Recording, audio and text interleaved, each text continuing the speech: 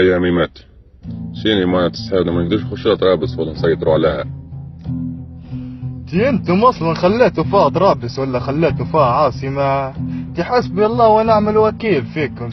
من 2011 ل 2014 معروفة من مسيطر عليها طرابلس، ومن 2014 ل 2018 خديتوا فيها حصتكم ولميتوا فيها، وتوا تقدر تفضي المعسكرات وتطلع زي كذا الرجل الطيب. فضيلك المعسكرات؟ تباها ايجار ولا تباها بيع انت يا اسكندر؟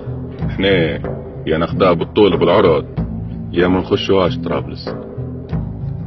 ما يغركش البريوش، راه ما تشبح فيهم هيك يقولوا عليها جماعة بريوش، لكن في وقت الجاد زميطة وبسيسة ونفاص بالهريسة راه. احنا زمان يخلطونا فيها في المرض على البسيسة، ما تدريليش روحك كحرش توا. قصدك انت احرج؟ بخيركم بكر لما سمعت صوت طيارات وخرتوا، ها؟ في ناس ما خافتش من ربي، خافت من صوت الطيارات. احنا ما نوخروش قدامه بس يا معلم. صار قلت لي ما توخروش، غير بعدين قولي انتم شو مفكركم فيها طرابلس توا؟